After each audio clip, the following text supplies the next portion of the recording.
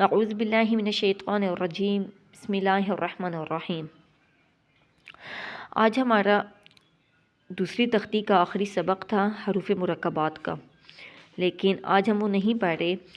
وجہ کیا ہے کہ جو کہ رمضان المبارک ہے اور اس کی کچھ ایسی باتیں ہیں کہ جس کے بارے میں ہمیں علم نہیں ہے یا ہم صحیح طرح سے نہیں جانتے کہ کب روزہ ٹوٹتا ہے کب نہیں ٹوٹتا، کن چیزوں کے استعمال سے روزہ ٹوٹ جاتا ہے اور کن چیزوں کے استعمال سے نہیں ٹوٹتا۔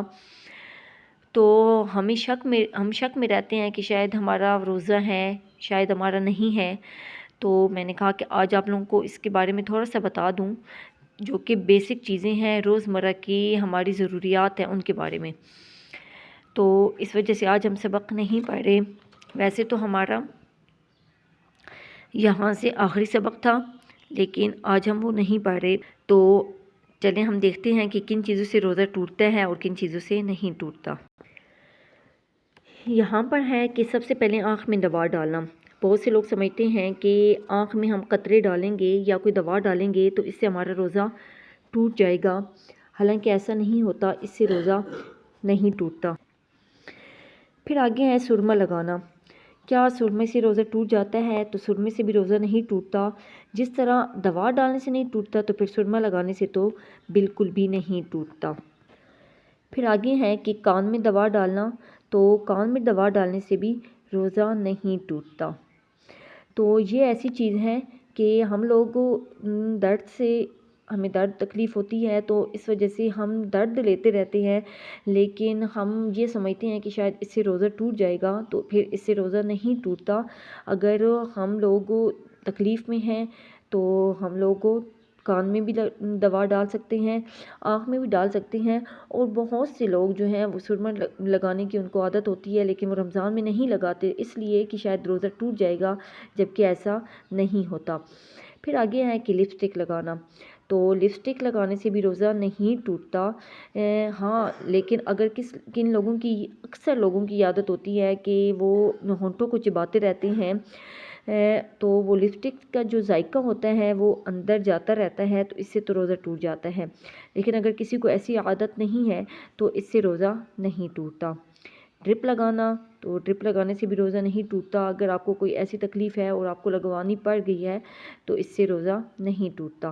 انسولین، اکثر شوگر کے جو مریض ہوتے ہیں ان کو یہ مسئلہ ہوتا ہے کہ ان کو انسولین لگانی پڑتی ہے، تو اس سے بھی روزہ نہیں ٹوٹتا۔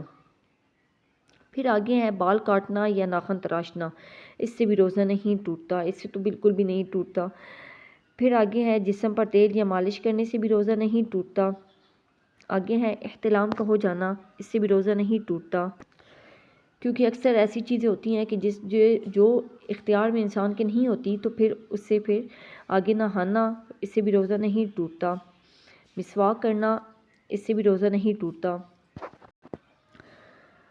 اب مسواک کرنے سے تو روزہ نہیں ٹوٹتا، لیکن برش کرنے سے ٹوٹ جاتا ہے، کیونکہ برش کا جو ذائقہ ہوتا ہے، ٹوتھ پیسٹ اس کے اوپر لگی ہوتی ہے، جبکہ مسواک میں ایسا نہیں ہوتا، جس کی وجہ سے وہ اندر جانے کا ہمیں غیر ارادی طور پر بھی وہ اندر چلی جاتی ہیں اکثر ہمارے منہ کے اندر، تو اس وجہ سے وہ روزہ ٹوٹ جاتا ہے۔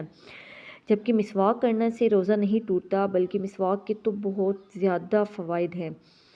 حدیث پاک میں آتا ہے کہ السواک مطہرۃ للفم ومرغات للرب، یہ منہ کی طہارت ہے اور منہ کی پاکیزگی ہے اور رب کی خوشنودی حاصل کرنے کا ذریعہ ہے۔ تو اس وجہ سے مسواک کو اس کے 70 سے زائد فوائد ہیں، تو اس لیے اس کو بہت زیادہ اپنانا چاہیے۔ اور یہاں پر میں آپ لوگوں کو ایک چیز ایڈ کر لوں کہ یہ میرا ذاتی تجربہ ہے، اور میں بہت سے لوگوں کو اس بات کو یہ چیز ریکمینڈ کرتی ہوں کہ آپ لوگ مسواک کیا کریں، کیونکہ اکثر لوگوں کی منہ کی جو تکالیف ہوتی ہیں، وہ منہ کی جو تکلیف ہوتی ہے وہ بہت سخت ہوتی ہیں۔ دانت نکلوانا پڑتا ہے، فلنگ کروانی پڑتی ہے، جو پس پڑ جاتی ہے اس کو صفائی کروانی پڑتی ہے۔ تو اگر آپ لوگ مسواک روز کریں تو آپ کو یہ چیز بالکل بھی نہیں ہوگی، اگر ہے تو پھر بھی شروع کر دیں مسواک، آپ کی جو تکلیف ہے وہ وہیں کی وہیں رک جائے گی۔ تو اس لیے آپ مسواک ضرور کیا کریں، اس سے پھر روزہ بھی نہیں ٹوٹتا اور اس کے فوائد بھی ہیں۔ پھر آگے ہے ناک سے خون بہنا، اس سے بھی روزہ نہیں ٹوٹتا۔ پھر آگے ہے کہ خود بخود کے آ جانا اس سے روزہ نہیں ٹوٹتا، خون دینا اس سے روزہ نہیں ٹوٹتا۔ اکثر لوگ یہ بھی شرماتے ہیں کہ خون دینا پڑ جائے گا، اس سے روزہ نہیں ٹوٹتا، الٹا ثواب ملتا ہے کہ ہم کسی کی مدد کر رہے ہیں۔ خون ٹیسٹ کروانا روزہ نہیں ٹوٹتا۔ پھر آگے ہے پرفیوم یا عطر لگانا، اس سے بھی روزہ نہیں ٹوٹتا۔ ناک میں دوائی ڈالنے سے روزہ ٹوٹ جاتا ہے، کیونکہ ناک کی دوائی جو ہے وہ ڈائریکٹ ہمارے اندر جاتی ہے۔ اکثر آپ لوگوں نے یہ نوٹ کیا ہوگا کہ ہم ناک میں کوئی دوائی ڈالتے ہیں، ہمیں محسوس ہوتا ہے ہمارے منہ پہ ذائقہ، تو اس سے روزہ ٹوٹ جاتا ہے۔ سگریٹ نوشی سے تو روزہ ٹوٹتا ہی ٹوٹتا ہے۔ پھر بھاپ، اسٹیم، انہیلر کا استعمال کرنے سے بھی روزہ ٹوٹ جاتا ہے۔ حیض کا آنا، اس سے بھی روزہ ٹوٹ جاتا ہے۔